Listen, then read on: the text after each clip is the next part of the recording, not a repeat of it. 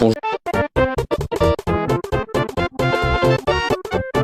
à tous, et dans cette vidéo je vais commencer une série qui va s'intituler Comment passer sub 20, et donc dans cette série j'ai récapitulé toutes les étapes qu'il y a besoin pour passer sub 20 avec la méthode Friedrich. Donc il va y avoir la croix, ensuite il y aura une vidéo sur les F2L, comment les faire façon sub 20, ensuite il y aura une vidéo sur OLL et PLL. Du coup je vais vous parler de la croix.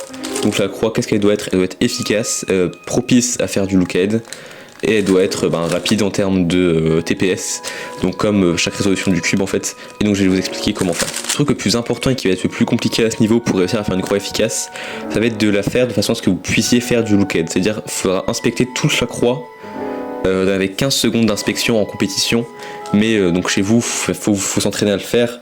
Mais au début vous n'arriverez pas à faire en 15 secondes, il faut faire en beaucoup plus de 15 secondes. Au début ça peut vous prendre 3 minutes pour inspecter juste une croix, parce qu'il faut réussir à prévoir les mouvements, et au fur et à mesure en fait ça va vous prendre vachement moins de temps, et vous allez réussir à gagner du temps d'inspection de F2L pour arriver finalement à un stade où vous n'avez même plus besoin de regarder 15 secondes la croix pour l'avoir.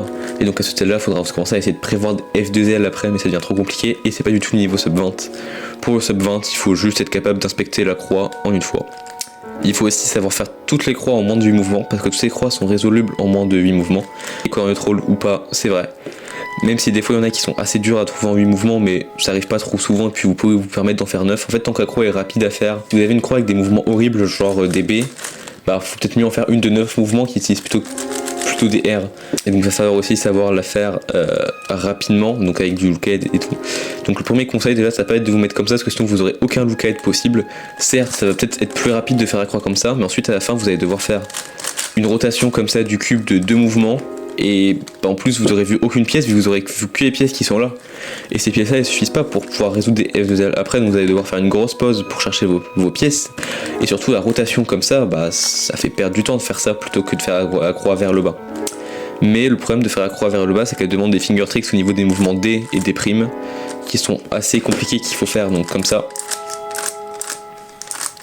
Mais ces finger tricks sont assez importants quand même, vu qu'il y a pas mal d'algorithmes qui l'utilisent, de très bons algorithmes qui l'utilisent.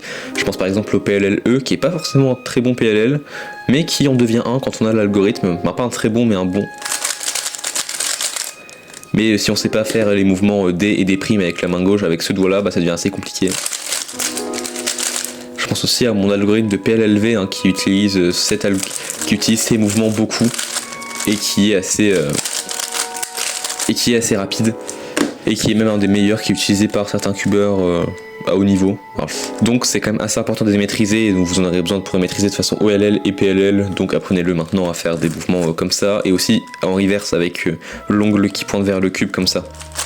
Parce que ça paraît pas très utile, mais il y a pas même des algos qui l'utilisent en pouce. Alors il faut savoir pousser comme ça depuis derrière, il faut savoir pousser aussi comme ça dans le sens, avec la partie du doigt là qui pousse. Donc pour faire un croix en moins de 8 mouvements, il y a des techniques à savoir. Donc réussir à faire une croix qui n'est pas alignée par rapport au centre et la réaligner à la fin. Par exemple, cette croix est pas très propice à cet exemple-ci. Par exemple ici, mettre la rouge ici, pour ensuite mettre la verte. On peut se dire oui mais c'est pas aligné donc c'est pas bon, mais si je fais un mouvement D ce sera aligné donc ce sera bon. Pour le rouge ici je peux même redésaligner ici pour que le vert et le rouge comme ça, et ensuite tac. Donc, je sais pas si c'était 8 mouvements, mais comme j'avais un exemple à expliciter je pouvais pas faire 8 mouvements. Quand vous avez un truc un peu pourri genre ce cas là, en fait il faut essayer de profiter du fait qu'il y a une autre pièce à insérer, parce que sinon ça fait 1, 2, 3, 4 mouvements, et si vous faites ça il y a de très grandes chances pour que votre croix fasse beaucoup plus de 8 mouvements. Alors que si je profite du fait que cette pièce là je dois insérer aussi, et que je mets la pièce comme ça, ça fait juste 1 en 2 mouvements, et j'ai inséré 2 pièces en 2 mouvements, et c'est assez rentable.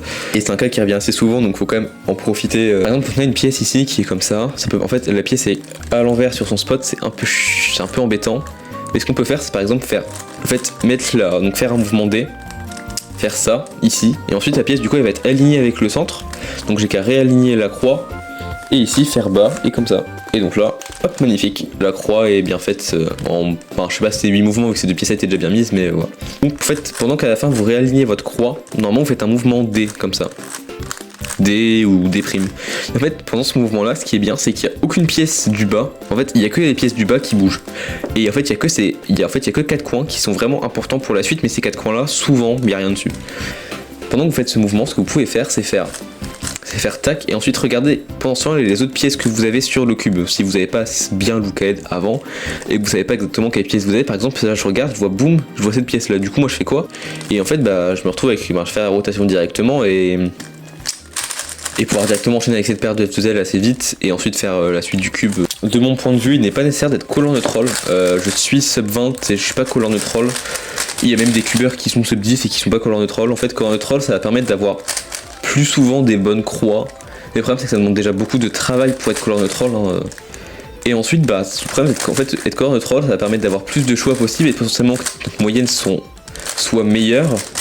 Mais on restera très souvent meilleur sur par exemple la croix blanche ou sur la croix jaune, et sur les croix qu'on a eu l'habitude en fait de faire souvent.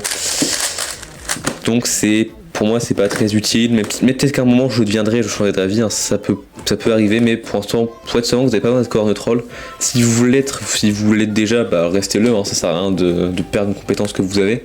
Je suis d'accord, ça va faire gagner du temps, et pourquoi j'ai pris ça dans les mains, mais c'est pas extrêmement utile selon moi.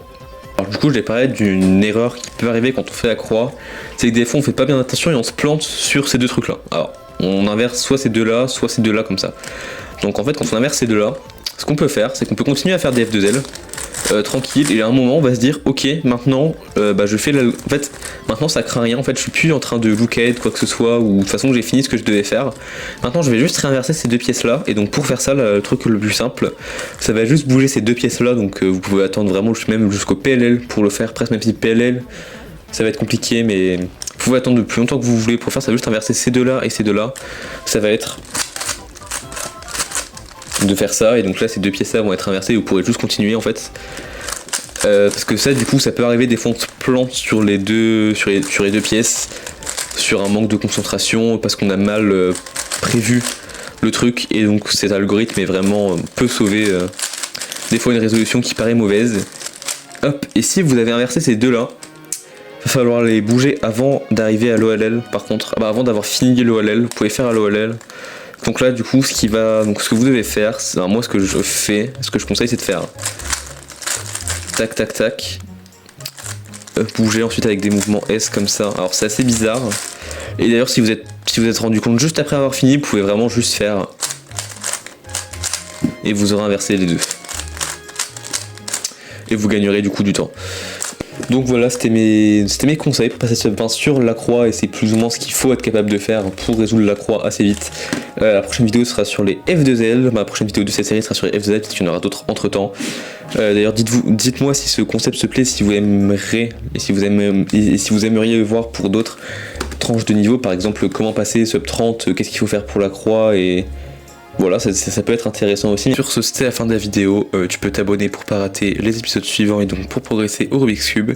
Tu peux liker aussi la vidéo si elle t'a plu pour mieux la référencer.